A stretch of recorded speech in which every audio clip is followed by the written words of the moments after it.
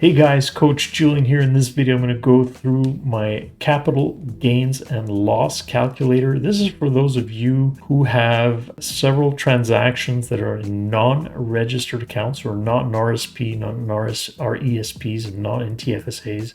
You've done a few transactions, you've triggered some capital gains and losses. Maybe you've traded in different currency like in US dollars or in euros. So this tool is there to help you calculate the capital gains and losses in preparation for the upcoming tax filing, which is end of April. So hope you like it. Stay tuned.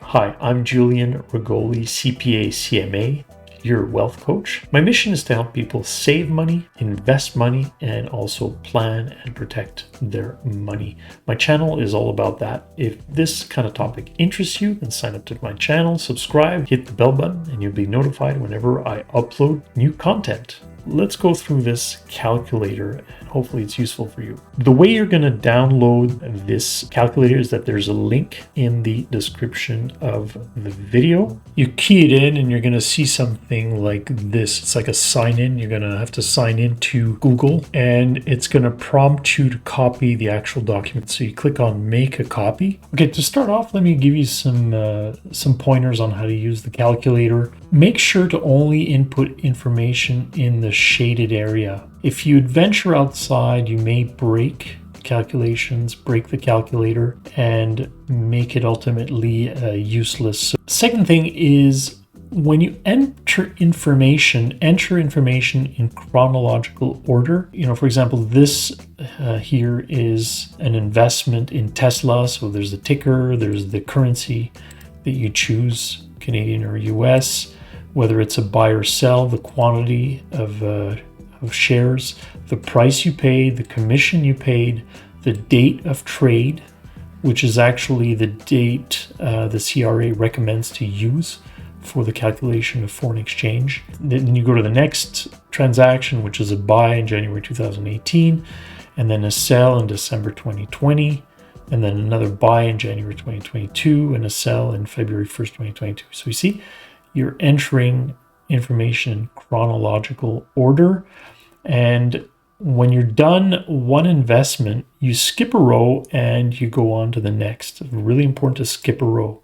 I've skipped two here, that's fine too, but you gotta skip at least one row and then move on to the next investment. The sequence of input will affect the average cost base calculation, which is the essence of calculating the capital gains or loss. So here again, you have transactions involving Microsoft in US dollars, buy quantity of 5 at 250, commission of 595, November 10th, 2017, and so on and so on. And every time there is a sale, you'll see a sale here, sell, it'll trigger a capital gain or loss. This is the capital gain or loss column. One thing that helps people out is the foreign exchange, which is updated automatically based on date. So say I put let's say to November 2019 here. Well, the FX you see will change to 13232. It updates automatically. The backstage of this workbook fetches information from Google Finance that has rates on a daily basis. So what I did is I programmed this to fetch the foreign exchange rate as of the input date that's here. So that will save you some time. You got to keep in mind that this sheet works as long as it's a Google Sheet on the cloud. If you download this into an Excel on your computer, it won't work. The Google Sheet will not be able to fetch the information on Google Finance. One thing that you should do first thing is you update the year. So if you're doing your taxes for year 2021, you got to put the year 2021 here. If it's 2022, you put 2022. What's cool here is that you can use the same sheet for 2022 if you still have some share positions in Tesla. You might want to leave more room, more rows in between the investments so that next year you can pick the sheet up and continue adding to your investments. What's cool here is that you can take this sheet and share it with your accountant or share it with the person who's doing your taxes, and they can pretty much see the backup to your capital gains that you calculated for the years. If they want to see the guts of the sheet, so certain calculations, you can unhide these columns where you see the ACB, the accumulated ACB, the number of shares, the ACB per share. So all this information is available here. I hate it because, sometimes there's too much information and I wanted to declutter it. I only left what I think is the most important for you. The information that's here, by the way, is all fictitious. These are not real transactions. I just invented these amounts, these prices, this commission, and these dates. So everything is fictitious.